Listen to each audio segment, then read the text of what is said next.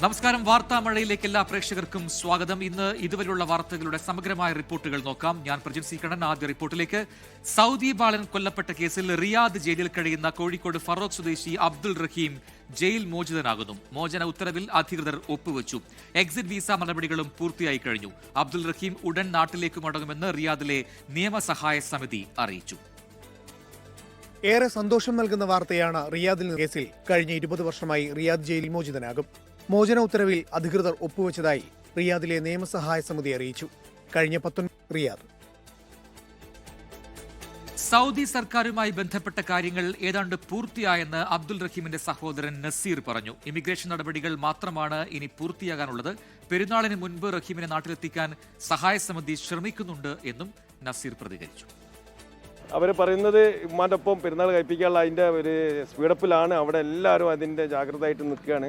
ഇനി ഇന്ത്യൻ എംബസിൻ്റെ കാര്യങ്ങൾ നടക്കാനുള്ളത്. ഈ സൗദിൻ്റെ ഏകദേശം കഴിഞ്ഞു. എക്സിറ്റ് അടിച്ചോട് കൂടി അവിടുന്ന് കഴിഞ്ഞു. ഇനി അവിടുന്ന് എങ്ങനെ എമിഗ്രേഷൻ ശരിയാക്കി ടിക്കറ്റ് എടുത്ത് കൊണ്ടുവരണം എന്നുള്ള അതിൻ്റെ സ്പീഡപ്പിൽ നടന്നുകൊണ്ടിരിക്കുകയാണെന്നാണ് ഇപ്പോൾ എനിക്ക് ലേറ്റസ്റ്റ് ആയിട്ട് കിട്ടിയ വിവരങ്ങൾ. എന്താ പറയുക, അന്നും ഇന്നും എപ്പോഴും പറയുന്നത് അവൻ വീട്ടിലേക്ക് വന്നാലേ ഞാൻ എന്താ പറയുക മീഡിയാസിൻ്റെ മുന്നിൽ ചാനലുകാരുടെ മുന്നിലേക്ക് വരുള്ളൂ എന്നാണ് പറയുന്നത്.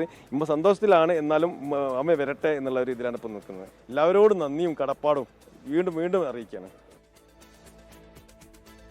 കർണാടക മുഖ്യമന്ത്രി തർക്കത്തിൽ കോൺഗ്രസിൽ ധാരണയായെന്ന് സൂചന. DK ശിവകുമാർ കർണാടക മുഖ്യമന്ത്രിയായേക്കും.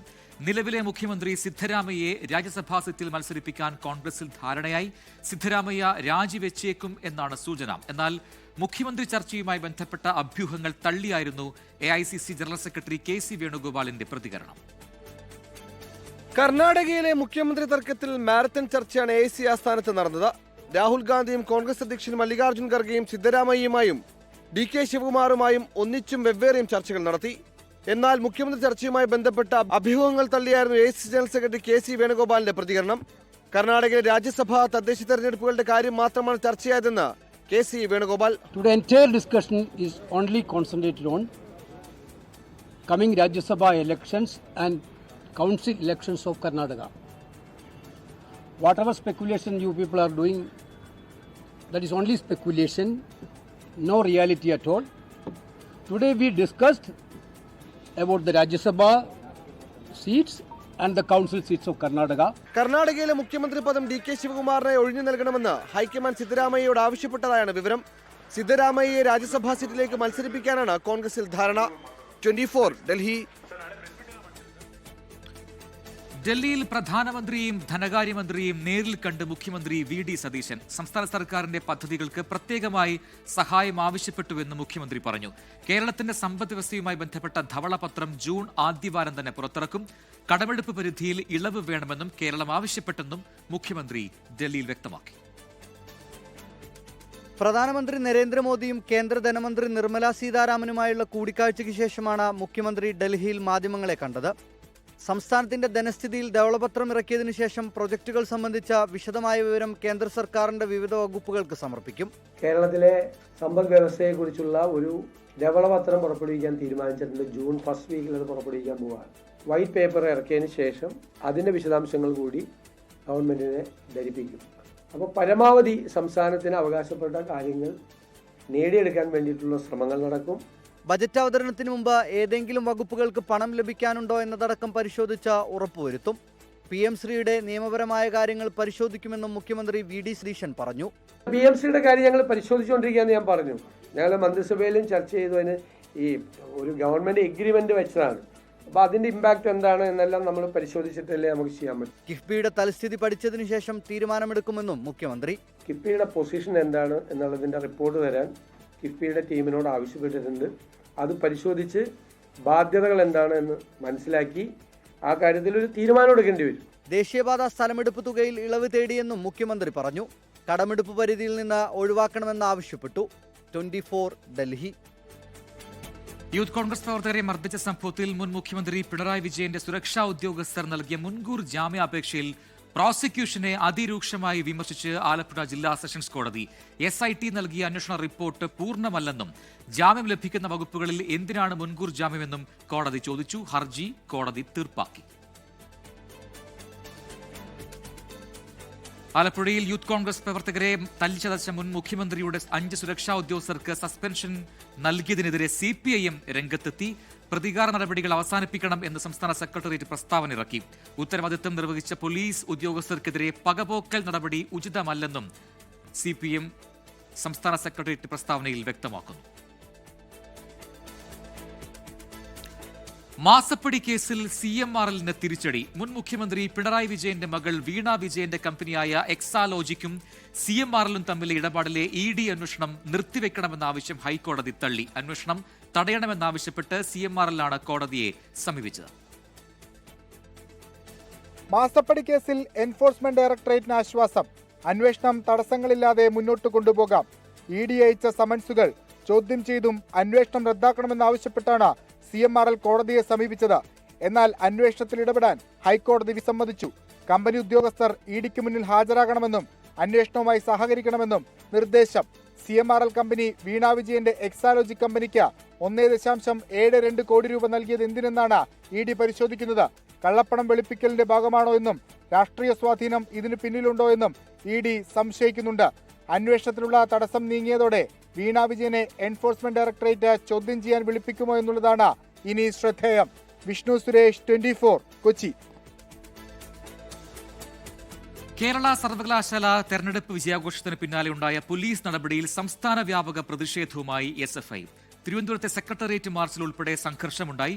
മലപ്പുറത്തും തൃശൂരും ആലപ്പുഴയിലും പ്രവർത്തകരും പോലീസുമായി ഏറ്റുമുട്ടി. തിരുവനന്തപുരത്തെ സംഘർഷത്തിൽ സംസ്ഥാന പ്രസിഡന്റ് M ശിവപ്രസാദ് ഉൾപ്പെടെ 10 SFI പ്രവർത്തകർക്കെതിരെ കേസെടുത്തിട്ടുണ്ട്. കേരള സർവകലാശാല തെരഞ്ഞെടുപ്പ് വിജയം ആഘോഷിച്ച SFI പ്രവർത്തകരെ പോലീസ് ഏകപക്ഷീയമായി ആക്രമിച്ചെന്ന് ചൂണ്ടിക്കാട്ടിയായിരുന്നു സെക്രട്ടേറിയറ്റ് മാർച്ച്. പരിക്കേറ്റ SFI സംസ്ഥാന നേതാക്കൾ ഉൾപ്പെടെ മാർച്ചിൽ പങ്കെടുത്തു. സെക്രട്ടേറിയറ്റിലേക്ക് മാർച്ചുമായി എത്തിയ SFI പ്രവർത്തകർക്ക് നേരെ പോലീസ് ജലപീരങ്കി പ്രയോഗിച്ചു. പോലീസും പ്രവർത്തകരും തമ്മിൽ ഉന്തും തള്ളുമുണ്ടായി.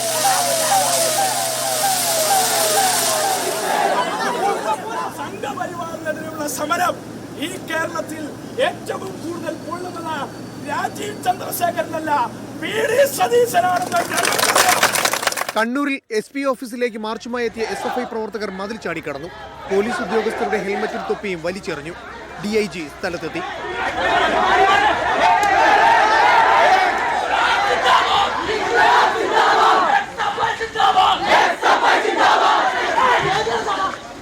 ആലപ്പുഴ SP ഓഫീസിലേക്ക് നടത്തിയ മാർച്ചിലും സംഘർഷമുണ്ടായി. ബാരിക്കേഡ് മറികടക്കാൻ ശ്രമിച്ച പ്രവർത്തകരെ ബലം പ്രയോഗിച്ചു നീക്കി.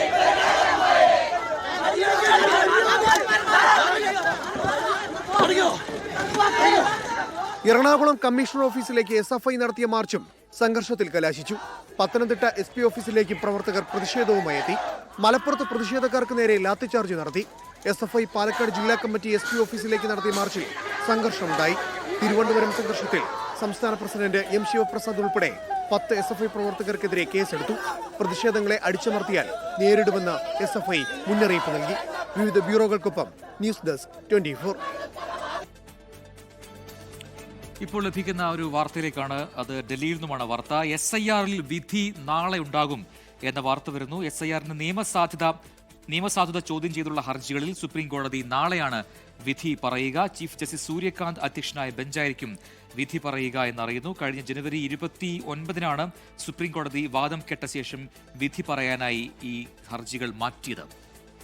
അച്യുതൻ അതിന്റെ കൂടുതൽ വിശദാംശങ്ങളുമായി ചേരുകയാണ് ടെലിഫോൺ ലൈനിൽ ഡൽഹിയിൽ നിന്നും.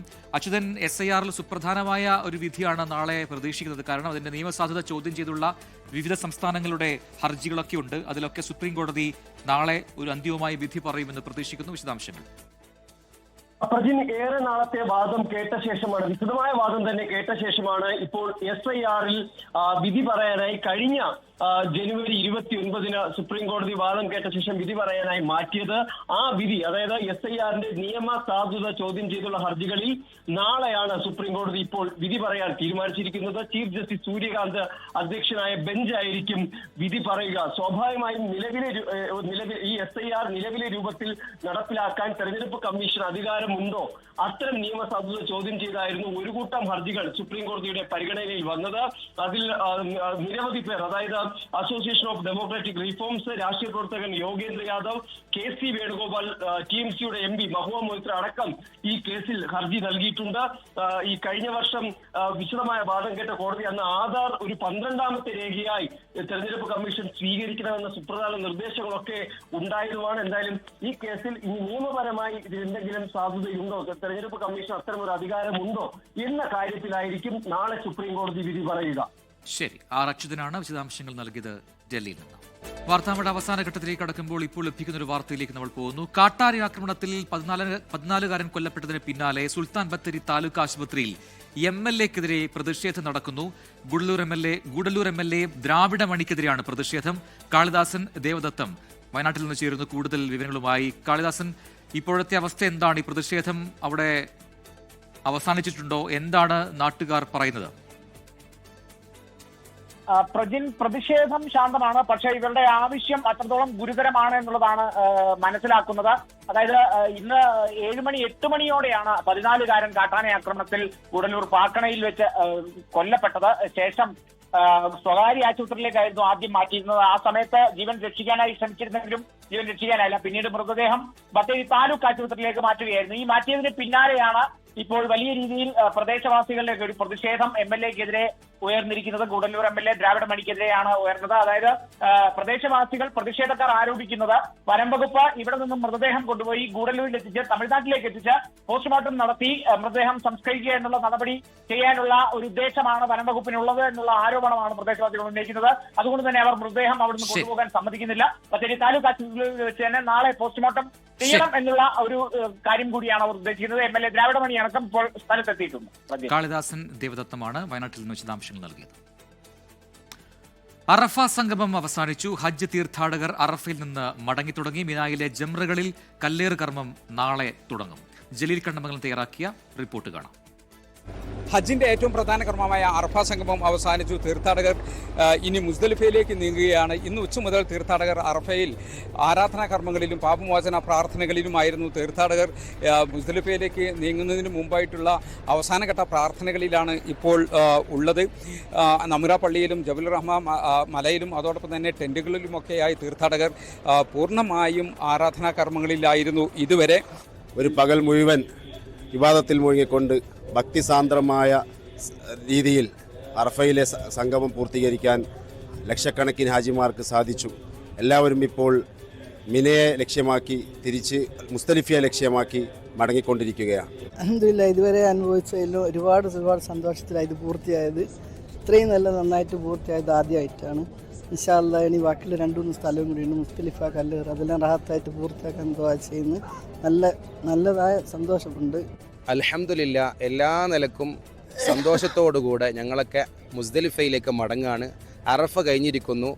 അറഫയിൽ ഒരു വിശ്വാസിക്ക് കിട്ടേണ്ട എല്ലാ നിലക്കുമുള്ള സൗകര്യങ്ങളും സംവിധാനങ്ങളും കിട്ടുകയും ഞങ്ങൾക്ക് ഏതൊക്കെ രൂപത്തിൽ ദുആ ചെയ്യണോ, പ്രാർത്ഥിക്കണോ, ഇബാദത്ത് ചെയ്യണോ അതിനൊക്കെ അവസരങ്ങൾ പൂർണ്ണമായും അവിടെ ഞങ്ങൾക്ക് ലഭ്യമാവുകയും. അൽഹംദുലില്ലാ, പടച്ചോൻ്റെ അനുഗ്രഹം കൊണ്ട് ഞങ്ങൾക്ക് അറഫ നല്ല രീതിയിൽ തന്നെ ഉപയോഗപ്പെടുത്താൻ കഴിഞ്ഞു. വളരെ നല്ല സൗകര്യങ്ങളായിരുന്നു. എല്ലാ രീതിയിലും നല്ല സൗകര്യങ്ങൾ കാരണം അറഫ ഏറ്റവും നല്ല രീതിയിൽ തന്നെ ഉപയോഗപ്പെടുത്താൻ സാധിച്ചു എന്നാണ് വിശ്വാസം.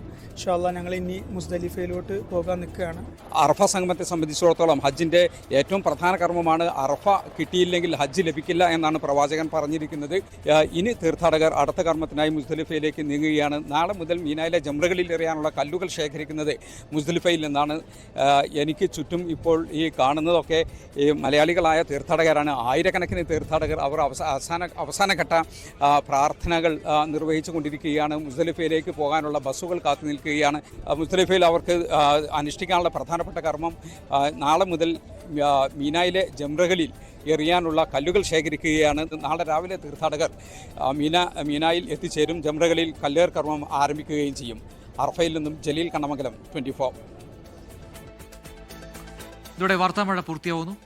നമസ്കാരം.